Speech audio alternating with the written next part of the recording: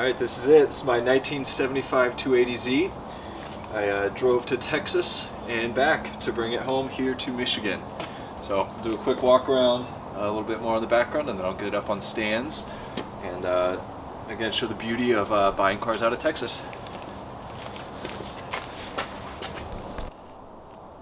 Alright, as promised. So this is a 1975 280Z. This car looks to be repainted. Paint's peeling off in a couple places around it, but otherwise largely original. The bumper is missing most of the rubber pieces.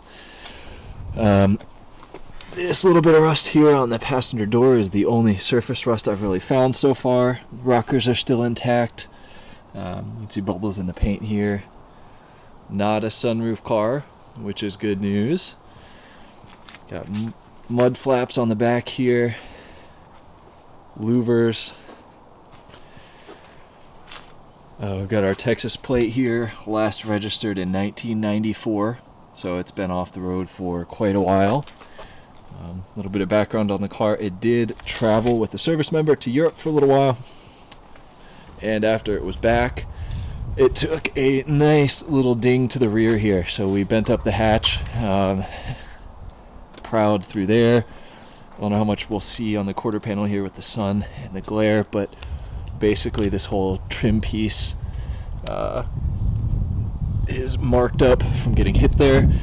A little bit of dings here to the door, which doesn't shut, but I think part of that, this latch isn't working the way it's supposed to either. So that's pretty high up on the list. The interior is a mess right now because I have kept out of it as much as I can. There's a mouse nest in the glove box, and if you touch anything in here, you end up smelling awful. The previous owner updated the stereo. There's another piece in the glove box, but again, I'm not really ready to dive in there just yet.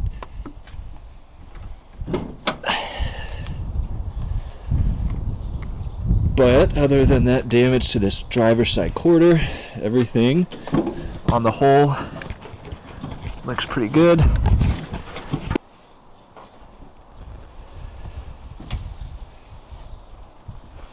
There's really not much to see here. This is a stock L28 that has not been fired in probably 2 decades.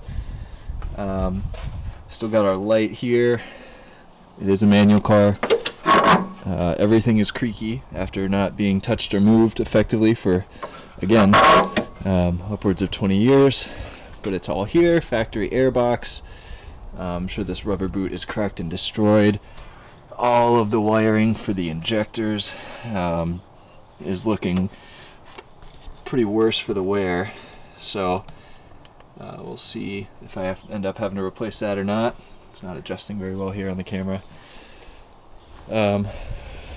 So this is a very imperfect starting point, but I kind of figured that looking at it now, there's nowhere to go but up.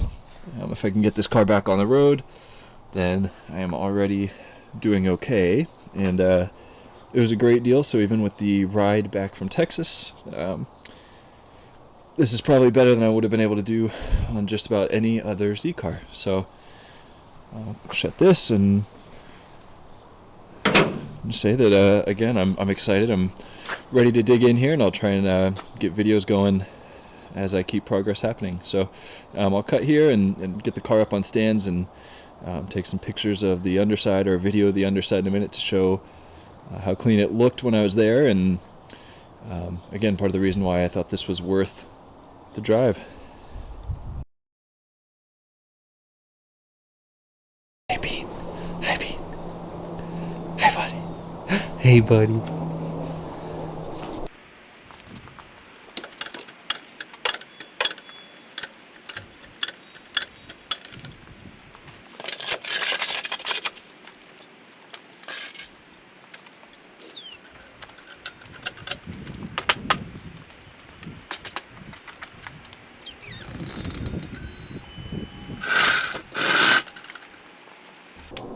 Alright, I'm on the passenger side here. We'll see what we can see with the light as bright as it is.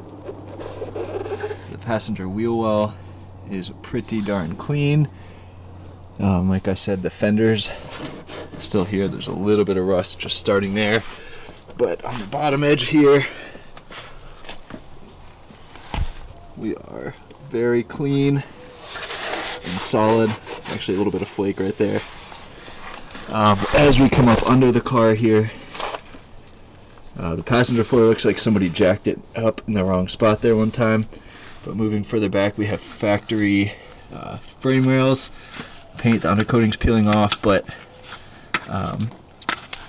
that's clean metal under there on the frame rail.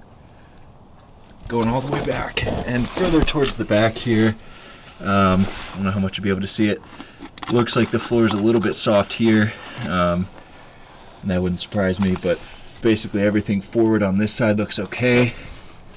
I'll crawl over and go do the driver's side here in a second. I think it's a little bit softer, at least on the frame rail, but that's really just kind of a conjecture. So passenger side is just way cleaner than it has any right to be. Alright, so here we are on the driver's side. Same kind of deal. The wheel well is very clean. Fender is cleaner than the other side even. Getting down into here, same deal. A little bit of dust, not anything real bad. One more spot of bubbly rust here, but all of this is still fairly solid.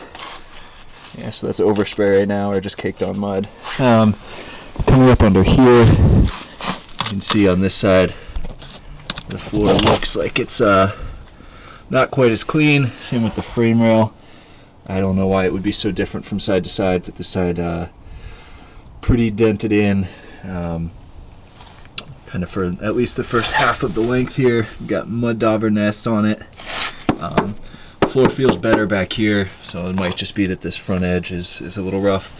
I'm going to wait a little while to figure out. And then back here, this frame rail is a little crusty, or maybe it's just already been patched. Actually, that feels like welds on there, which is interesting. I hadn't noticed that before. Again, I don't know if this is rust or just the brown factory color, which I found some of on the other side. So it'd be interesting to find that out. But otherwise, mechanically, it's all here.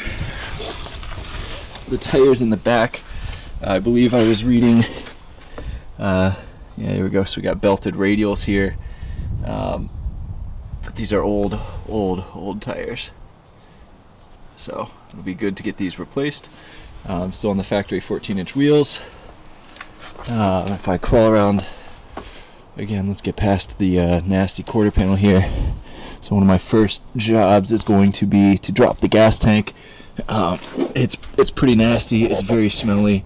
It's dripping a brownish fluid here that I don't know if it's gas varnish coming out of the tank somehow, or if there's a mouse nest on top that got disturbed and is now dumping its contents. So you gotta figure out a good way to get the back end up in the air, and then that'll come out.